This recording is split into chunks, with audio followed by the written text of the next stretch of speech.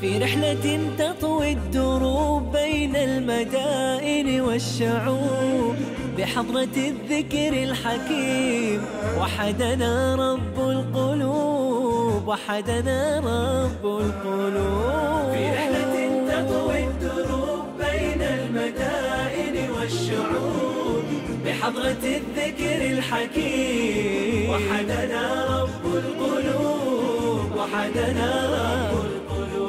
ولحفظ آيات الكتاب قد أتينا كل باب نمضي على درب الصواب من قبل أن تجلو الخطوب، من قبل أن تجلو الخطوب. في رحلة تطوي الدروب بين المدائن والشعوب بحضرة الذكر الحكيم وحدنا رب القلوب، وحدنا رب القلوب.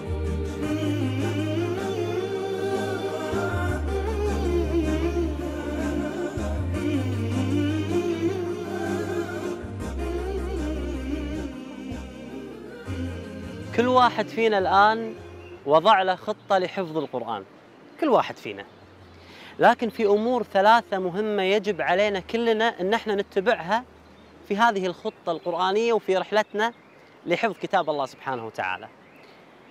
النقطة الأولى المهمة هي أن تكون مرن في خطتك القرآنية، لا تشد على نفسك. اليوم مثلا إذا أنت تحفظ وجهين في اليوم، مرت عليك أيام امتحانات، مرت عليك أيام ضغط عائلي اجتماعي، قلل، ما في مشكلة.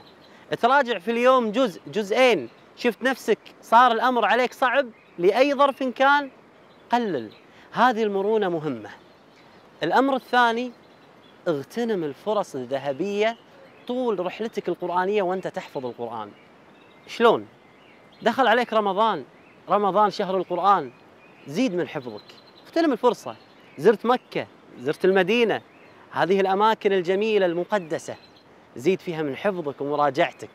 المسابقات القرآنية، المهم من هذا الكلام أن أي فرصة ذهبية تيلك زيد من حفظك وزيد من همتك. النقطة الثالثة والمهمة جدا، أنك أنت تقيم خطتك القرآنية دائما بين فترة وفترة وأنت تحفظ القرآن وأنت مع الرحلة القرآنية. قول هل أنا اليوم قاعد أطبق خطتي صح؟ هل أنا اليوم قاعد أراجع صح؟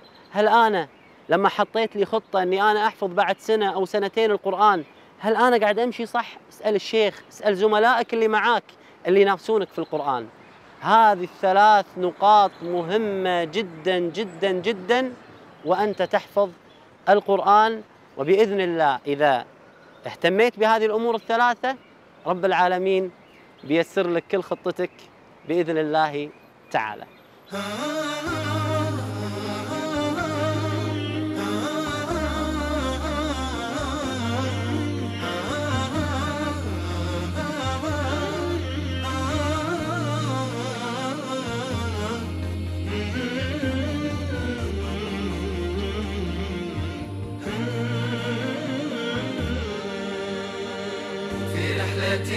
تطوي الدروب بين المدائن والشعوب وبحضرات الذكر الحكيم. نحن الآن في مركز شيخ الإسلام مصطفى أفندي. هذا المركز متخصص في تحفيظ الشباب والأبناء حفظ كتاب الله سبحانه وتعالى كاملا. ولكن الغريب في هذا المركز أن القرآن يحفظ فيه خلال سنة كاملة، دورة متكاملة عبارة عن سنة، 35 طالب يحفظون القرآن، ولكن لا يذهبون إلى بيوتهم، يسكنون في هذا المكان، يأكلون في هذا المكان، ويحفظون القرآن في هذا المكان حتى يتموا الحفظ كاملا بعد هذه الدورة. فأنا بعد ما شفت هذا المركز حبيت أني أقابل أحد الأساتذة والمشايخ في هذا المركز حتى يحدثوني عن الطريقة، كيف يعيشون يومهم الطلاب في هذا المركز وكيف ينتهون من حفظ كتاب الله سبحانه وتعالى. ومع السؤال شيخ حسين أستاذنا، ما هي الطريقة التي تتبعونها يوميا في تحفيظ الشباب كتاب الله سبحانه وتعالى؟ Sabah namazından önceki programda نبدأ البرنامج في زمن صلاة التهجد. أولا يصلون صلاة التهجد، طلاب يصلون، وبعدين يبدأون الحفظ حتى وقت صلاة الصبح. بعد أداء صلاة الصبح يستريحون قليل. معنا طالب من هذا المركز المبارك وهو من جمهورية طاجكستان، اسمه عبد الرحيم، يحفظ القرآن الكريم كاملا. نريد أن نسمع منه قراءة من القرآن. نورهم يسعى بين أيديهم وبأيمانهم يقولون ربنا أتمم لنا نورنا واغفر لنا إنك على كل شيء قدير.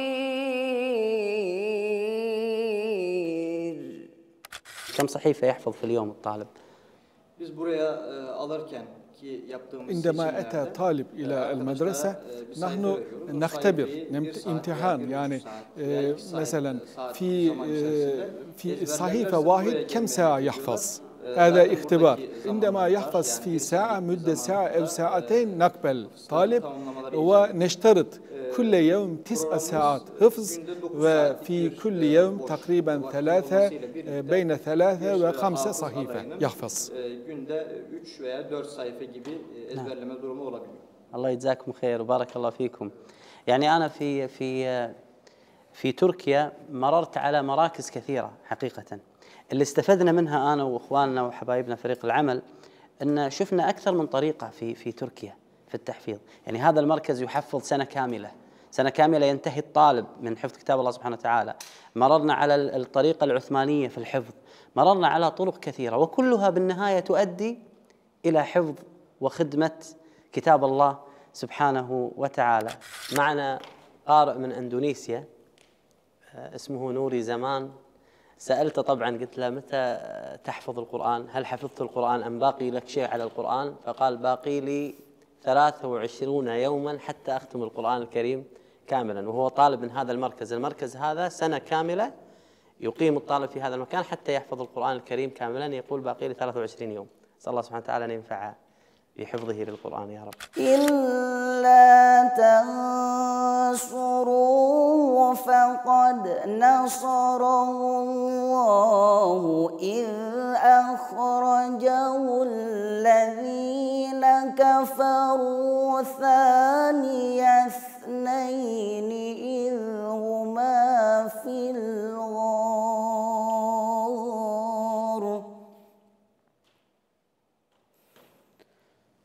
إذ يقول لصاحبه لا تحزن إن الله معنا. جميل جدا أنك ترى شخص يتعنى من دولة من أندونيسيا إلى تركيا حتى يحفظ القرآن، حريص على هذا القرآن ويعرف أن هذا القرآن هو من يفرحه في الدنيا وهو من يسعده في الدنيا وهو رفع له في الآخرة. هذه نماذج لم أتعنى لها ولم آتي لهذا المكان أنا وإخواني إلا من أجل أن نقتدي بهؤلاء حفظهم الله تعالى. إن الجبال الشاهقات على المدى تخشعن عند تلاوة القرآن، فاحفظ كتاب الله تحفظ دائما ما أسعد الحفاظ في الأزمان. إن الجبال الشاهقات على المدى تخشعن عند تلاوة القرآن، فاحفظ كتاب الله تحفظ دائما ما أسعد الحفاظ في الأزمان، ما أسعد الحفاظ، ما أسعد الحفاظ، ما أسعد الحفاظ في الأزمان.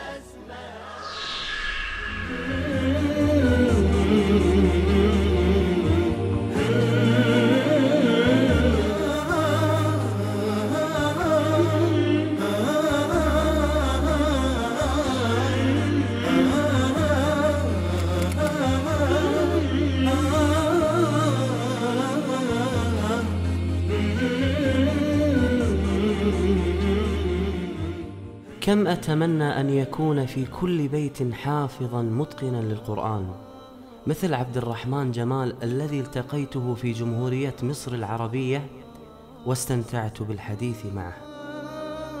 حدثنا عن بدايتك مع حفظ القرآن يا شيخ عبد الرحمن. أنا بدأت حفظ القرآن وأنا عمري 7 سنين مع الشيخ سعيد محمد بن أبو طبيخ. نعم. شيخ سعيد اللي هو أبو محمد الصغير. أبو محمد اللي حفظ القرآن عمره 8 سنوات. نعم ما شاء الله. سنوات. وفضلت معاه وأنا من أول سنة 3 ابتدائي وختمت القرآن في سنة 5 ابتدائي. عمرك كم تقريبا 5 ابتدائي تقريبا؟ 11 سنة. 11 سنة حفظت القرآن الكريم كاملا ما شاء الله تبارك الرحمن. وبدأت أحفظ معاه القرآن بالتجويد. نعم. برضه على يد الشيخ سعيد أبو طبيخ برضه هو اللي كان بيسمع لي برضه. نعم. لغاية ما ختمت بالتجويد وأنا في سنة 3 إعدادي. نعم. مع الشيخ سعيد. نعم. ثم بعد ذلك ذهبت إلى الشيخ عبد الرحمن البدر. نعم. بتعلم عنده القراءات ال10. ما شاء الله تبارك الرحمن. طيب نبدأ الاختبار. تفضل. الله يبارك فيك. ولن ترضى عنك اليهود ولا النصارى حتى تتبع ملتهم. قل إن هدى الله هو الهدى ولئن اتبعت أهواءهم بعد الذي جاءك من العلم ما لك من الله من ولي ولا نصير. الذين آتيناهم الكتاب يتلونه حق تلاوته أولئك يؤمنون به ومن يكفر به فأولئك هم الخاسرون. هذه في أي سورة؟ سؤال سهل. سورة البقرة. نعم. هي رقم في بداية السؤال ولن ترضى عنك اليهود والنصارى. نعم. 120. هي 120. ما شاء الله. سألت سؤال في سورة البقرة ومن إتقان هذا الشيخ ما شاء الله شيخ عبد الرحمن جمال قرأ ولن ترضى عنك اليهود ولا النصارى فقال هي من بداية الصفحة وهي الآية 120. يحفظ القرآن أيضا برقم الآيات. أسأل الله سبحانه وتعالى أن يحفظه. إن إبراهيم كان أمة قانتا لله حنيفا ولم يك من المشركين شاكرا لأنعمه اجتباه وهداه إلى صراط مستقيم وآتيناه في الدنيا حسنة وإنه في الآخرة لمن الصالحين. أي سورة هذه؟ سورة النحل. إن شاء الله. أي آية قرأتها؟ في بداية السؤال. نعم. 121. ما شاء الله تبارك الرحمن. جميل جدا أن تجلس مع متقن في القرآن يكون حافظا للقرآن حقيقة يعني. بمن يحفظ القرآن ولكن لا يراجع القرآن ويهمل القرآن فتسأله من أي مكان لا يعرف أن يجاوب. وفرق كبير جدا أن تجلس مع أمثال الشيخ عبد الرحمن تبارك الرحمن عسى ربي حفظه ويثبت القرآن في قلبه تجد متقنا للقرآن. وهذا هو فعلا الحفظ الحقيقي عندما قال الله سبحانه وتعالى إنا نحن نزلنا الذكر وإنا له لحافظون حفظ في صدور هؤلاء عسى ربي يثبت القرآن في قلوبهم يا رب. من الجميل وانت تحفظ القرآن تستشعر شنو رب العالمين راح يعطيك وشنو لك، شنو الأجور اللي راح تحصل عليها بحفظك لكتاب الله عز وجل. يقول النبي صلى الله عليه وآله وسلم من قرأ حرفا من كتاب الله فله حسنة والحسنة ب10 أمثالها. لا نقول ألف لام ميم حرف، فألف حرف ولام حرف وميم حرف، يعني ألف لام ميم 30 حسنة والله يضاعف لمن يشاء. عاد اسمع معاي كم حرف في القرآن؟ 320,000 حرف بالقرآن كله. مع هذا الفضل اللي رب العالمين أعطاك إياه في الحديث الذي ذكر النبي صلى الله عليه وآله وسلم إذا كل حرف ب10 يعني 3,200,000 حسنة. منو فيكم ما يبي هذا الأجر؟ يا حافظ القرآن استشعر هذا الفضل من الله سبحانه وتعالى. في واحد فينا الحين ما بدأ يحفظ القرآن. قرآننا نور مبين للعابدين مدى السنين على نور لنا درب السعادة كل حين. منه شفاء للصدور برهانه بين السطور، وشفيعنا يوم النشور جاء على الوحي الأمين. منه شفاء للصدور برهانه بين السطور، وشفيعنا يوم النشور جاء على الوحي الأمين. في رحلة تطوي الدروب بين المدائن والشعوب، وبحضرات الذكر الحكيم وحدنا رب القلوب، وحدنا رب القلوب. ولحفظ آيات الكتاب قد أتينا كل باب، نمضي على درب الصواب، درب الصواب من قبل أن تجلو الخطوب. ولحفظ آيات الكتاب قد أتينا كل باب، نمضي على درب الصواب، درب الصواب من قبل أن تجلو الخطوب، من قبل أن تجلو الخطوب. في رحلة تطوي الدروب بين المدائن والشعوب، وبحضرات الذكر الحكيم وحدنا رب القلوب، وحدنا